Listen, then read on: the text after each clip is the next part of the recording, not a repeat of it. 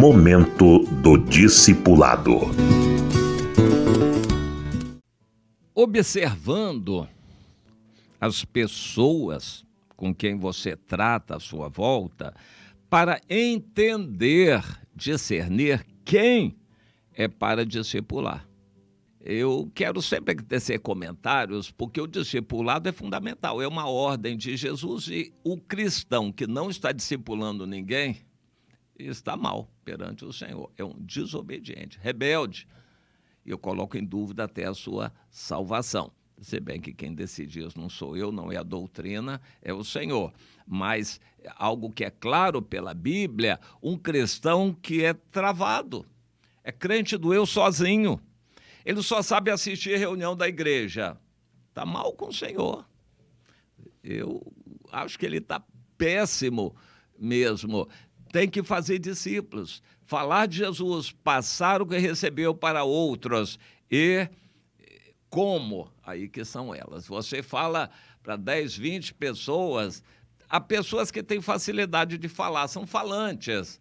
Os nordestinos têm muita facilidade assim de falar, são comunicativos, falam com todos à sua volta. Existem pessoas que são mais tímidas, caladas, fechadas, circunspectas e procuram não conversar com ninguém. Isso é mal, isso não é virtude, não.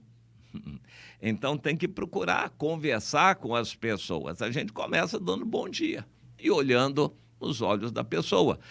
Conforme a resposta da pessoa, a gente continua a conversa. Se houver uma insinuação de segundas intenções, a gente se resguarda. De qualquer forma, é para a gente cumprimentar a todos, que também é ordem do Senhor Jesus, do final do capítulo 5 de Mateus. Cumprimentar a todos. O cristão tem que ser assim, comunicativo, falador, cumprimentar a todos e observar, dependendo da reação e da resposta da pessoa, a gente sente liberdade de continuar e falar de Jesus. A maioria das pessoas para quem a gente se dirigir, que nos der alguma atenção, infelizmente, já são pessoas que conheceram o Evangelho. Ou crentes desviados, ou filhos de crentes, ou crentes desigrejados, infelizmente, a maioria. Mas temos que exortar e alertar a pessoa de que, se permanecer nesse estado, não tem salvação. A salvação é para quem está ligado no corpo de Cristo. Não pode deixar de estar ligado. Jesus vem para levar a sua noiva e a pessoa tem que estar atenta para isto. Bom, você fala para quem? Para 10, 20 e agora? Tem que observar. E você vai entender que Deus escolhe certas pessoas para ficarem perto de você e também para você poder ter liberdade de falar do Evangelho, das coisas de Deus com essa pessoa, e isso vai ficar identificado ali. Deus faz essas pessoas chegarem até você. Você fala para todo mundo, cumprimenta todo mundo, mas algumas pessoas são escolhidas. O apóstolo Paulo coloca esse assunto em Efésios, no capítulo 1, de uma forma muito interessante. Bendito Deus e Pai de nosso Senhor Jesus Cristo, que nos tem abençoado com toda sorte de bênção espiritual nas regiões celestiais em Cristo, assim como nos escolheu nele antes da fundação do mundo para sermos santos e irrepreensíveis perante ele, e nos predestinou em amor para ele, para a adoção de filhos por meio de Jesus, segundo a sua vontade. Então ele vai falando da graça, a redenção, a remissão dos pecados, tudo isso Deus fez acontecer em Jesus para cada pessoa. Existe um mistério nisso, nós não conhecemos o coração das pessoas, aquele que é predestinado ou não, nós não sabemos, mas temos que falar para todos. O Senhor é quem escolhe pessoas assim e vai manifestar isto na forma de uma sede espiritual. Quando você falar, você vai identificar algumas pessoas que têm sede, que querem, e você então vai dar o que você tem, vai falar o que você sabe. Se essa pessoa continuar prestando atenção, é sinal de que Deus escolheu essa pessoa para você discipular. Marque com ela uma outra hora, ali mesmo converse mais fundo sobre as coisas de Deus, ore com essa pessoa, marque outra hora. Se houver qualquer problema de desconfiança, marque junto com uma outra pessoa, mas enfim, tenha essa liberdade de se dirigir a essa pessoa que foi uma escolhida de Deus. Como a gente sabe que é uma escolhida de Deus? Porque ela manifestou essa sede e este reconhecimento de você.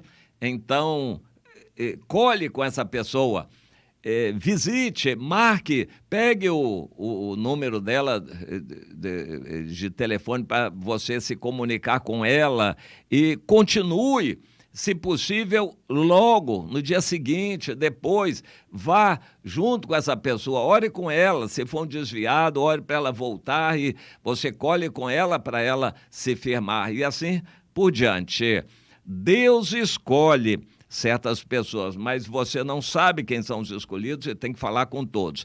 Mas a sede espiritual que essa pessoa vai demonstrar, isso vai revelar para você que ela é uma pessoa escolhida para Deus, para você cuidar dela. Essas características vão se manifestar nessa pessoa. Deus nos escolheu para sermos santos e irrepreensíveis. Se essa pessoa manifestar isso, essa sede por querer andar direitinho, por querer ter uma vida direita aos olhos de Deus, isso é um sinal de confirmação de Deus. Então, você se sente obrigada diante de Deus a cuidar dessa pessoa. Isto é o discipulado. Cuidar dessa pessoa é obedecer a Deus para ajudar essa pessoa a se firmar. Deus vai colocar pessoas assim no seu caminho. E ainda em Efésios, no capítulo 1, eu quero mostrar uma outra característica que a gente pode ver em Jesus. Mais adiante, no versículo 20, diz que Deus escolheu Jesus e o fez ressuscitar e sentar-se nos lugares celestiais, acima de todo poder e domínio e principado. E pôs todas as coisas debaixo dos pés de Jesus, e para ele ser o cabeça sobre todas as coisas, Deus deu Jesus à igreja, a qual é o seu corpo, a plenitude daquele que a tudo enche em todas as coisas. Para Deus, a igreja é importantíssima, é o corpo de Jesus, ele é o cabeça, a igreja é o corpo. Eu quero mostrar o seguinte: a igreja são os irmãos, é a comunhão. Você vai discipular a pessoa não para ele ser um crente solitário na casa dele, mas você vai discipular para ele se integrar no corpo, se juntar à família de Deus. Eu até recomendo que inicialmente você nem leve para a reunião grande da igreja, porque essa pessoa pode ficar perdida lá. Leve para uma célula, uma reunião pequena, um culto na sua casa, para ele ir se entrosando com os outros crentes, que são a igreja. E a pessoa vai manifestar o seu reconhecimento. Se é de Deus, se é um predestinado de Deus, essa pessoa vai gostar, vai ter prazer na reunião com os irmãos.